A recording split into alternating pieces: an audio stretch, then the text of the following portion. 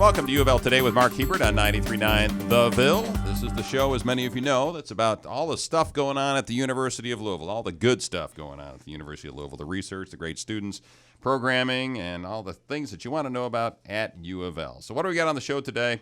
Well, where is the most likely place in Louisville to get hit by a car? We'll tell you that. Also, are mopeds safer than motorcycles? We'll tell you that too. We'll have answers to those questions from a couple of U of L researchers coming up. But first, classes have begun, and it's a new academic year at the University of Louisville. 2,800 freshmen have descended upon the campus, taking many of the parking spots which I use over the summer. Michael Mardis is the Vice President for Student Affairs and the Dean of Students at U of L, and he's here, as always, at the start of school to talk about what's new and what's going on at the University of Louisville.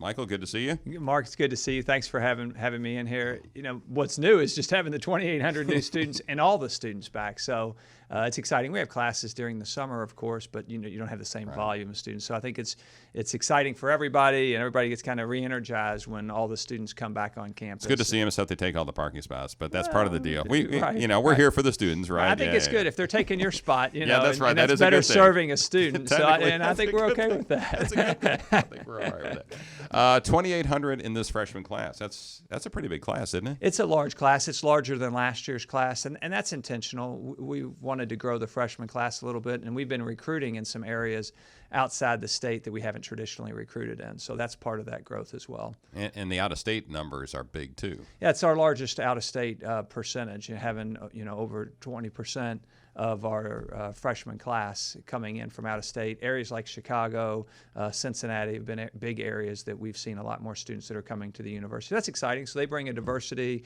of perspective coming into the university. It also shows the U of L brand. It's strong nationally. We've gone into those markets and people have been excited about attending the University of Louisville. Right, and from a financial standpoint too, those out-of-state students pay more in tuition, which is good for the university, right? That's true. They do pay more, and it's also, when we look at the state numbers for students who come to the Commonwealth and go to school, it's about 60% of them are more likely to stay. 60% are stay.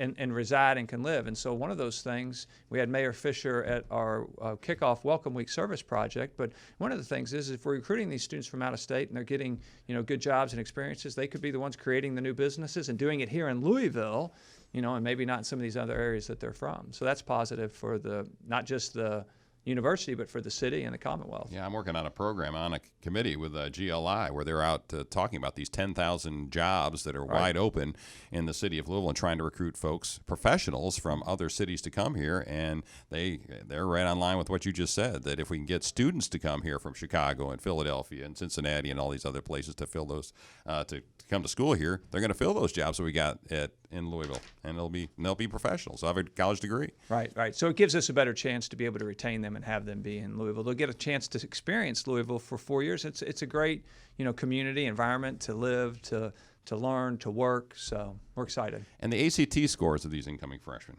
Good, bad, and different? Oh, no, they continue to go up. And so when we see our numbers compared to national averages or to the state averages within Kentucky, we're excited, to see that's 25.6%, this year for the ACT scores.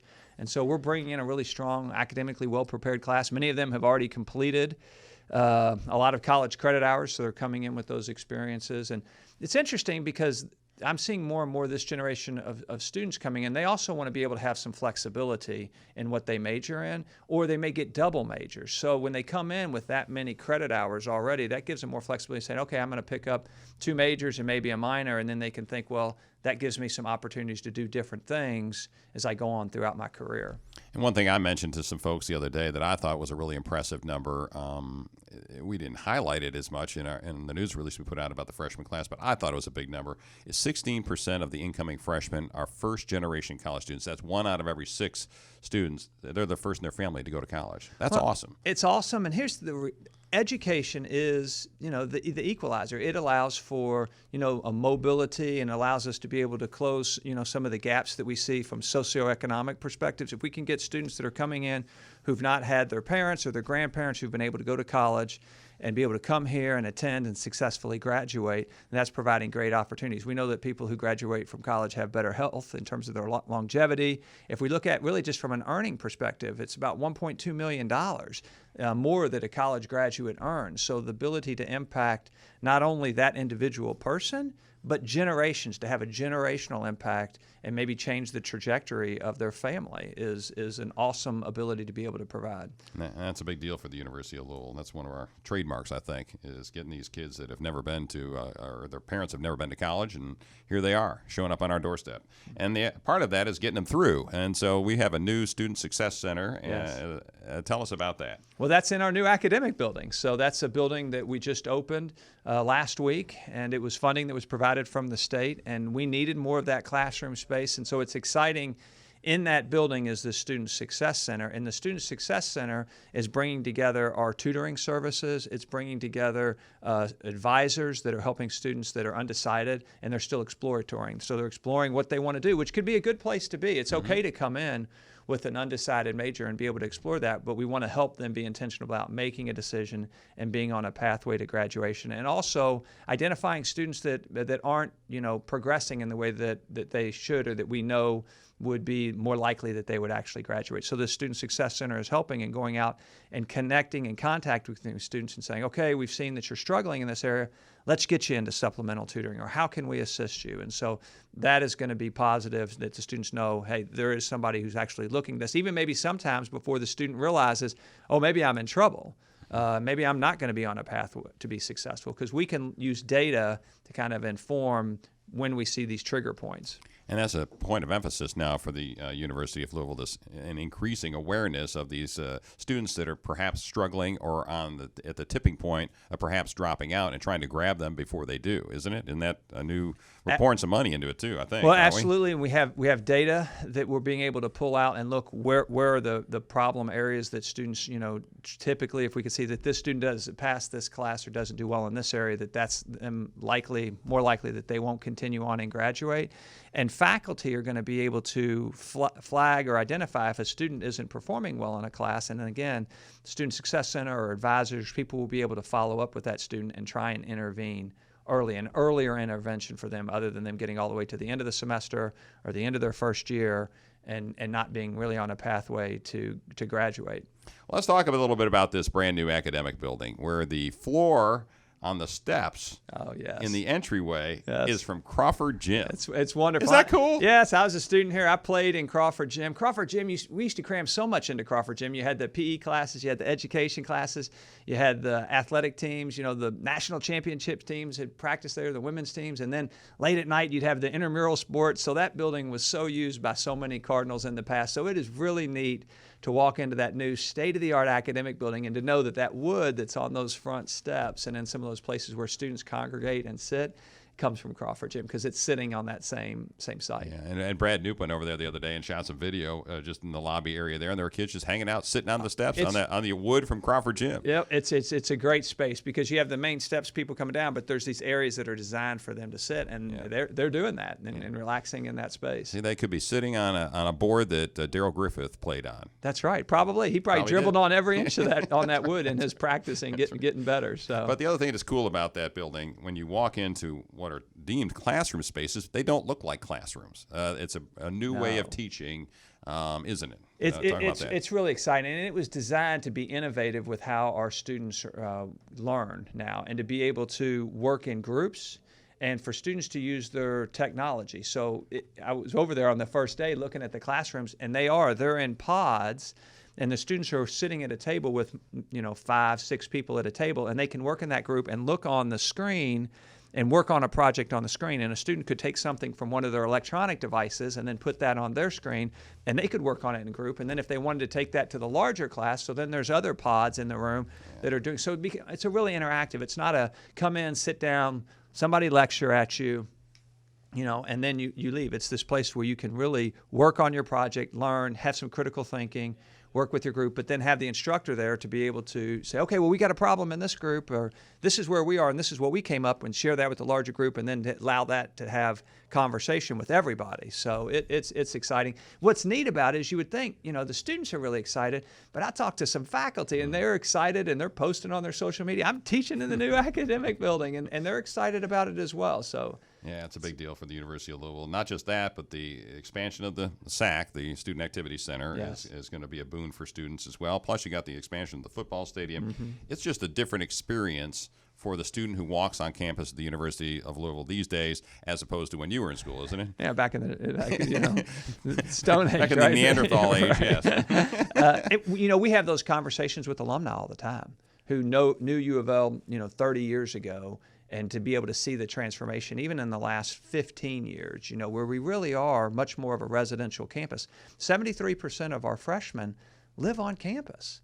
And so that wouldn't have been possible. When I was a freshman, I actually tried to get housing on campus, and there wasn't housing to be had. I came in, and so you had to find other housing options. So now we have enough space for all of our freshmen to live on if they choose to. And a number of them live at home that are here local and live still at home, and so that's a good option and works for them.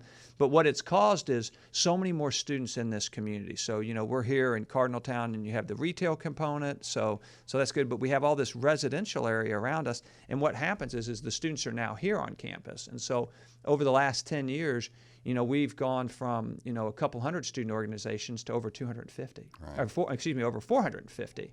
And so those students are associating, and they're wanting to spend time on campus, have events on campus, and that creates really more this vibrant campus life that we want. And those students that are engaged, more likely to retain, more likely to have a higher GPA, and they're developing those soft skills to lead and go out into the workforce and be successful leaders, which is what we're really preparing them for. And you talked about those 450 plus student organizations. A couple of them put together the Soul event a couple weekends ago, Yes. where the kids went out and they did community service work all over at 40 different locations across the city of Louisville, which is a big deal. It's a big deal, and that's one of the benefits of Louisville. We benefit of being in a metropolitan area for our students in terms of their ability to be able to experience diverse experiences and to have entertainment and to have the quality of life of being in a metropolitan area.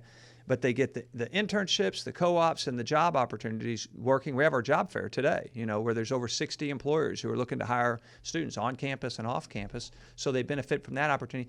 But we really want them to engage in the community and understand the value of being able to give back. And so many of them have so much in terms of their, their talent, their resources, how they can contribute, and letting them understand the value of being able to give back to our community. And we're a Carnegie designated engaged community, and that's an important value, and that's why we have that as part of our welcome week. We really want to have students know that we want you to be able to learn and have a great experience here, but we also want you to learn, the value of being able to give back to your community. A couple things before we wrap up here. Number one would be last academic year, I guess, was a big year in terms of the number of students we turned out that got degrees. Was it our largest ever? Largest ever in terms of, for that academic year, in terms of the degrees that we awarded, this past year. It also was the highest graduation rates that we've ever experienced. So the university's really continuing this upward trajectory that we've been on of graduating more students, having more people that are graduating from the university with degrees. We have 140,000 U of L alumni, and 80,000 of them live here in this, Metro Louisville area. So tell them to get back involved, right? Yep. Well, and many of them are, and we want them to continue. That actually is something that we're working on for this upcoming year, and we'll kick off later this year, the beginning of 2019, which is a mentor program or a networking program for our alums. Mm-hmm. And so we want our students to be able to have that opportunity to connect with somebody who's a professional in their area of interest and be able to see, is this what I want to do, and try to be able to navigate that. So, we're working with the Alumni Association to be able to launch that in this upcoming year, and we're excited about the benefits for that for our students, but also for our alumni to be able to connect and give back to a student. Pay attention, alumni, it's coming. And Dean of Students, Michael Mardis, is with us right now. Last question. Tell us about your new boss, Neely Bendapudi. Oh, she's I know. Great. I have the same reaction when people ask me. She's great. And my focus as an alum and as the Dean of Students is all about the students. And she has been consistent wherever she goes. And I've seen her in board meetings. I've seen her in cabinet meetings, leadership meetings, with students. She consistently says our number one priority and focus is going to be about the students. And that is and has been what the university is about. But, having her say that everywhere and consistently is really refreshing. And for our focus, as long as we're really doing a great job with, providing those educational opportunities for our students, we're going to be doing the right thing for the university, for our students, and for the city of Louisville, the Commonwealth, because we're going to have more students graduate. We're going to have more students who are going to want to be here. So I think the biggest worry for me, you, and others at the university is that she's going to wear herself out because she's meeting with community groups, donors, alumni, students every day. I mean, she has been a busy bee since she's gotten here 3 months ago. Well, and I've realized that part of that is just her personality. She is genuinely just a very extroverted and wants to be able to know people and really cares deeply about people. She shared her experience of how she, came to this country and how she is invested in higher education and the value that it's had for her and her family. And I think she genuinely wants to make sure that everybody has that equal kind of experience and opportunity. She's been a lot of fun to work with so far. All right. Neely Bendapudi, the new president of the University of Louisville. Michael Mardis, always great talking to you. We'll see you around campus. Thank you. Thanks for what you do. If you think about walking across the street in Louisville, where's the place you're most likely to get hit by a car? And are mopeds really safer than motorcycles? Doctors Matt Bozeman and Brian Harbrecht are here, and they're both surgeons as well as faculty members in the UofL School of Medicine. Gentlemen, good to see you. Welcome. Thank you. Didn't get hit by a car on the way here? That's good. No, we're safe. That's good to hear. All right, one of the studies that you all worked on and Matt worked on in particular talked about where are the most likely intersections to get hit in Louisville, right? And that yes. the essence of the study? Tell us about it. Well, the question came up because you often see people struck by cars, and you ask them where it is, family, where do these guys live? And the answers seem to be kind of clustered in certain areas. And just from observation of working here for a while, you kind of get a feeling of what might be going on. So basically we did a retrospective study, meaning we looked back at our data that we'd already collected for about a 5-year period and just used the zip codes from where the people lived as a surrogate for where they live. And then we matched that with the average financial information for that area and what part of town that actually was in. And it completely did not match up with people where you have car wrecks, for example. Like people have car wrecks all over town, but there's very specific areas in town where you're going to be struck by a car, according to our data. If you're a pedestrian trying to walk across the street. Yes. If you're walking across the street in Dixie Highway and then downtown Louisville is where the clusters were, basically. So the southwest part of town, the western part of town, and then downtown, you're much more likely to be hit by a car. And there's a lot of factors that go into that. That's the downside to a retrospective study is it basically only tells you what happened. It doesn't really tell you why it happened. And so there's a lot of things that go into that. Availability of cars, city planning, the financial status of the person, could they not afford to get on the bus that day as they're trying to run across the street, substance abuse, all various types of things play into this. But it was very noticeable. Like we made heat maps and tried to overlap the heat map of where people get by cars versus where car wrecks happen, and there was no correlation whatsoever. Wow. So when you're talking about Dixie Highway, you're talking about between the Watterson and the Snyder was the basically straight from the start of the Dixie Highway all the way out. Really? Through south Shively and everything? Yeah, there's the if you look at the heat map from the study, it is bright red, basically completely overlying Dixie Highway, and that kind of anecdotally matches up with like the people that we see brought in. That almost universally, it's somewhere like that. I mean, you're just not going to be hit by a car, according to our data, with any sort of frequency in Anchorage or Lake Forest or places like that are there's a lot of resources and more lighting and wider streets and things like that, and less pedestrians overall than what you're going to find downtown with people walking and walking to and from work and stuff like that. So there's a lot of factors that play into it. A retrospective study unfortunately doesn't tell you why it all happened, but it does say there should be some more thought given into, how do we protect people better downtown in the western side of Louisville. Okay, and that's Matt Bozeman, by the way, Dr. Matt Bozeman. We're here also with Dr. Brian Harbrecht from the University of Louisville. Now, Brian, just to bring you in the conversation, I got a few more questions about your study, but to bring you into this, you both work as surgeons at the University of Louisville Hospital, I assume, right? So you're seeing these accident victims, right? Right. A large part of our practice is taking care of injured patients and trauma victims from all over, and so yes, we see those folks. And so those are the folks you talk to, right, for this study, right?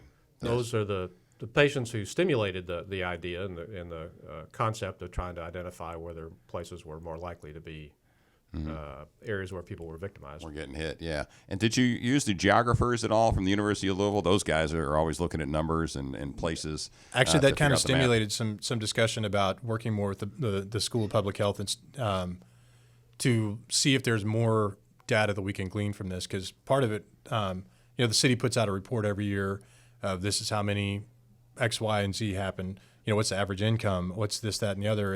And some of our data actually matched up very well with the findings where there's fewer resources and fewer safety net type things, people do worse. So you're more likely to be hit by a car.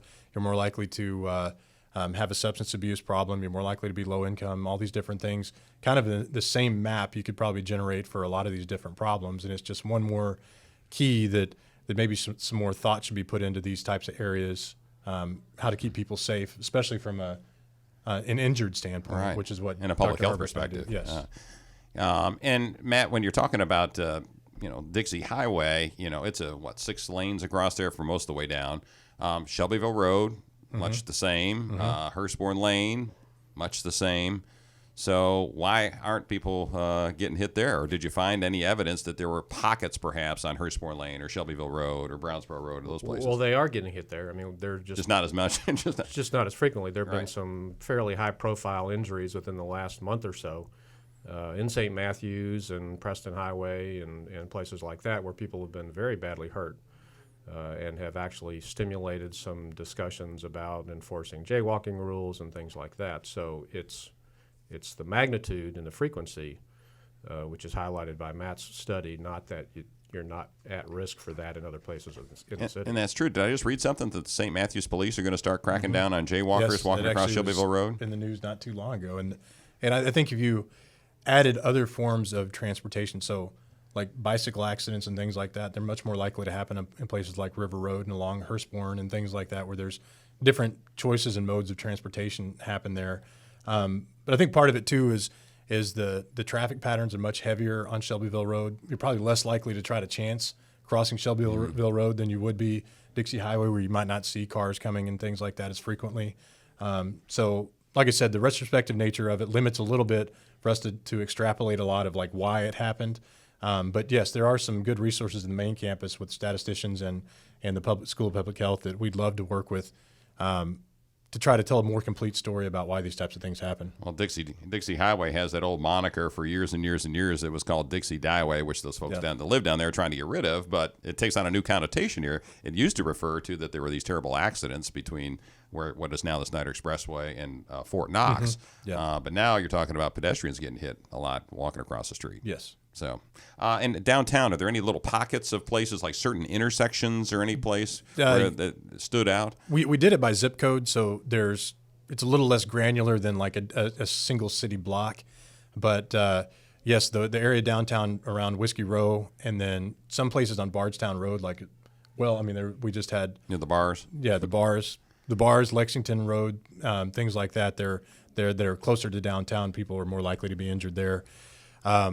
So we didn't have the granular data to say, Broadway and 3rd Street is the most dangerous intersection in town, but there was a clear statistically significant difference between Broadway and 3rd Street and 264 and 64 intersections. I mean, it's just very striking, the total numbers once you put them together. And before we leave your study and move on to the moped study, there are some discussions, it sounds like, with city government, perhaps state transportation folks about, all right, what do we do about this? We've got this data that shows here's the places people are getting hit crossing the street, crossing the road.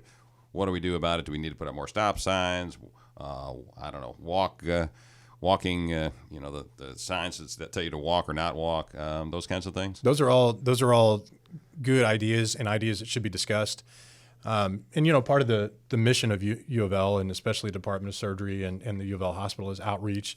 And so we've got a lot of contacts with the city government now. We have a gunshot wound registry. We work with the police department. We have different things like that we're trying to increase the amount of community presence that we have, and doing studies like this kind of help get the word out that maybe some things need to change in certain parts of town, especially. Gotcha. All right, again, we're talking with Drs. Matt Bozeman and Brian Harbrecht, who are both surgeons as well as faculty members at the U of L School of Medicine, and they work at U of L hospital, in the emergency room oftentimes, where victims are brought in. And Brian, you've seen a lot of moped victims, I'm assuming, who have crashed and been brought into the emergency room and wind up in your hands. And you did a study on mopeds and motorcycles. What'd you find? We did. Well, it wasn't so much a dramatic frequency as it was the magnitude of injury. Mopeds seem to have a public misconception that they're a far safer mode of travel just because you can't get up to really high speeds like you can with a motorcycle. And we were seeing lots of people on mopeds who were coming in really with horrible injuries and basically all busted up. And so that prompted us to look to see and try to compare our moped accident victims with our motorcycle crash victims. There were some minor differences, but the striking thing was really that they were very similar in terms of magnitude of injury and that misconception that mopeds are a much safer mode of transportation really doesn't seem to be a factor in this environment or in the patients that we were seeing. When you were talking about injuries on a moped rider, were you talking mainly head injuries, or did they run the gamut? They ran the gamut. There were more head injuries in the moped riders than there were in motorcycle riders. Really? Now that does surprise me. Well, a lot of that probably has to do with the use or not use of helmets. Certainly it doesn't take a lot of traffic time for anybody driving around downtown or some of the areas to see a lot of moped riders don't wear helmets. A lot of motorcycle riders don't wear helmets too, but and so it's probably largely related to helmet use and not use. So from the folks you're seeing in the emergency room, the folks you're doing surgery on that are riding either mopeds or motorcycles and they've been in a crash, what you're saying is essentially that the injuries are just as bad for the moped rider as they are for the motorcycle rider. Basically, yes. Okay. And despite the greater speed of a motorcycle and the fact that most moped riders are riding their vehicles in lower speed environments, lower speed neighborhoods, the magnitude of the injuries were basically the same. Did you get a chance to go a little bit granular, using Matt's word, and more granular on your data to figure out where these are happening? Are they happening on interstates? Are they happening on, like you said, the mopeds just riding around the city streets? Or did it make any difference? Well, most mopeds have a top speed that don't get you greater than about 30 or 40 miles per hour. So you're not going to take that on the highway. You're going to drive more on suburban streets or downtown city streets. The motorcycles are able to get up to much higher speeds, and so that does impact the type of injuries that we see. But the injuries really didn't seem to correlate with the speed that the operator could get to. And the reason for that was something we could speculate on, but really it probably has to do with the types of crashes that are involved. If you're riding a moped or a motorcycle, it probably is less important how fast you are going, and probably more important is how fast the 2-ton truck that hits you is going. And so regardless of whether you're on a moped or a motorcycle, you're going to lose that kind of an impact and end up with serious injuries. Talking with Dr. Brian Harbrecht and Dr. Matt Bozeman from the University of Louisville. One last question here, Brian, and it's got to be asked. Do helmets help?